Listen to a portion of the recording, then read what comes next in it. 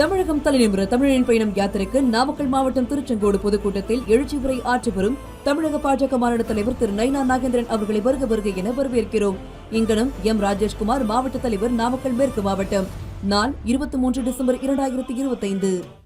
பெண் கிராம உதவியாளரை ஜாதி பெயரை கூறி அவமதித்ததை கண்டித்து ஈரோடு மொடக்குறிச்சி தாலுகா அலுவலகத்தில் கிராம உதவியாளர்கள் சங்கம் சார்பில் போராட்டம் நடைபெற்றது. இது தொடர்பான கூடுதல் விவரங்களை செய்தியாளர் இளங்கோவன் வழங்க கேட்கலாம். இளங்கோவன், வணக்கம். போராட்டத்தில் ஈடுபட்டவங்களுடைய கோரிக்கை என்ன நடந்தது? நிச்சயமாக ராஜப்பிரியா, ஈரோடு மாவட்டம் மொடக்குறிச்சி தாலுகா அலுவலகத்தில் கிராம உதவியாளர்கள் சங்கத்தின் சார்பில் வருவாய்த்துறை மாவட்ட நிர்வாகத்தை கண்டித்து காத்திருப்பு போராட்டத்தில் தற்போது 2ஆம் நாளாக ஈடுபட்டு வருகின்றனர்.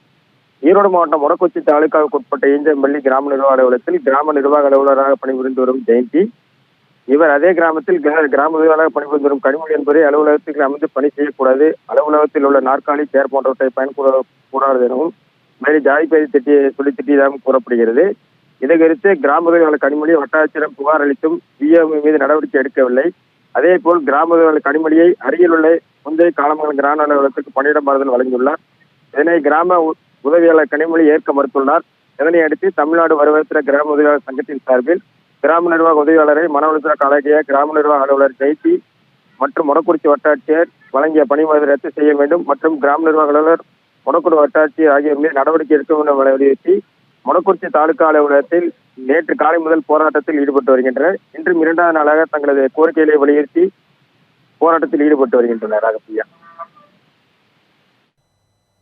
தகவல்களுக்கு நன்றி இளங்கோவன்.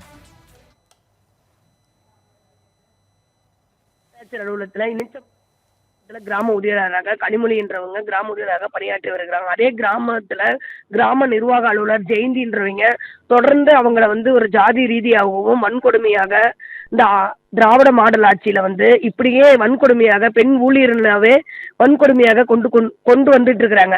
தொடர்ந்து இந்த போராட்டம் கிட்டத்தட்ட 10 நாளாவே இந்த போராட்டம் ஓடிட்டு இருக்குது. மாவட்ட நிர்வாகம் இதுவரைக்கும் எந்த ஒரு முன் உதாரணமும் கொண்டு வர கிடையாது.